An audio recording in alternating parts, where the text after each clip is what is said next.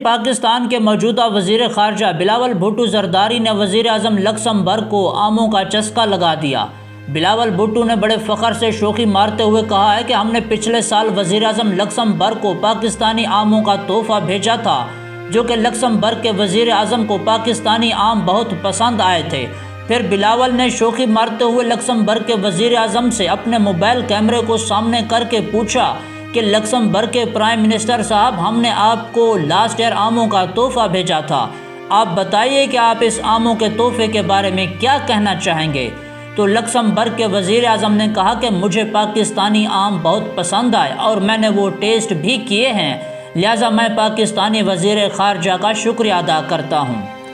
ناظرین، جیسے ہمارے ہاں رواج ہے کہ جب کسی سے کوئی کام نکلوانا ہو تو خاص طور پر کسی سرکاری افسر سے، تو ہم لوگ اپنے علاقے کی کوئی مشہور سوغات جیسے پھل وغیرہ کی پیٹیاں اس بڑے آدمی کے گھر بھیج دیتے ہیں،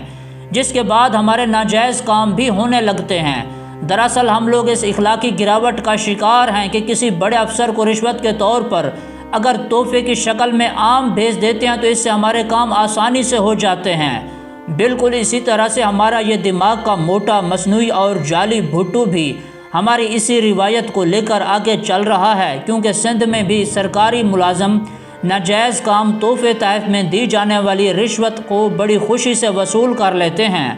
لوگ سمجھتے ہیں کہ کسی کو تحفے میں آموں کی شکل میں رشوت بھیجنے سے کوئی گناہ بھی نہیں ہوتا اور لینے اور دینے والے دونوں کا ضمیر بھی مطمئن رہتا ہے۔ بالکل اسی طرح سے ہمارے ملک کا وزیر خارجہ نقلی بھٹو، جس کی قابلیت یہ ہے کہ وہ بے نظیر کا بیٹا ہے اور بھٹو کا نواسا ہے اور اسٹیبلشمنٹ کا نور نظر ہے، وہ پاکستان میں رائج یہ اخلاقی گھٹیا پن اب باہر کے ترقی یافتہ ممالک میں اپلائی کرنا چاہتا ہے، مگر اس کاغذی بھٹو کو جو ساری زندگی باہر کے ممالک میں انگلش میڈیم پڑھتا رہا ہے، اتنا بھی عقل نہیں ہے کہ یورپی ترقی یافتہ ممالک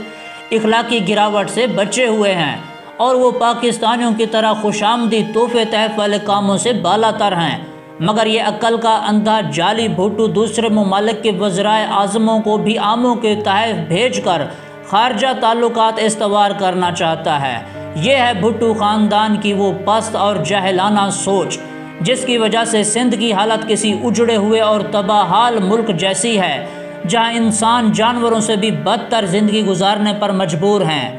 یہاں یہ سوال انتہائی اہمیت کا حامل ہے کہ وہ کون تھا جس نے بلاول جیسے بچگانہ انسان کو، جس کی جنس کے حوالے سے ابھی تک بھی شکوک پائے جاتے ہیں، اس کو اٹھا کر پاکستان کا وزیر خارجہ بنا دیا اور پاکستان پر ایک اور عذاب مسلط کر دیا۔ ایک ایسا مہنگا ترین وزیر خارجہ جس پر پاکستانی عوام کے اربوں روپے گزشتہ 9 مہینے سے لگ چکے ہیں اور ریٹرن میں 1 روپے کی انویسٹمنٹ بھی نہیں آئی ہے، وہ اب بیرونی دنیا کے ساتھ آموں کا کاروبار کرنے لگا ہے۔ ایک ایسا نان سیریس اور امیچور گھسٹی بچہ جس نے ہر حال سے مال سے پرورش پائی ہے، حرام مال سے پرورش پائی ہے، زندگی میں 1 روپیہ بھی نہیں کمایا، اور اس نالائق بچے کو اٹھا کر وزیر خارجہ کی کرسی پر بٹھا دیا گیا۔ جنرل باجوہ نے تو زرداری سے یہ بھی وعدہ کیا تھا کہ وہ بلاول کو وزیر اعظم پاکستان بنا کر دم لے گا، مگر اس کا یہ وعدہ ابھی باقی ہے۔ مگر جس پھرتی کے ساتھ پاکستانی قوم کی امنگوں کے برخلاف بلاول کو وزیر خارجہ بنایا گیا ہے، آئین ممکن ہے کہ پیسے اور طاقت کے زور پر اسے طاقتور حلقے اس بد قسمت ملک کا وزیر اعظم بنا کر اس ملک کا بیڑا ہی غرق کر دیں گے۔ پاکستانی قوم بھٹو اور زرداری خاندان سے متنفر ہے، لیکن ہماری ایف اے پاس اسٹیبلشمنٹ اشرافیہ ہر بار ان کو پاکستان پر مسلط کر دیتی ہے، جو کہ پاکستان کی سب سے بڑی مجرم ہے۔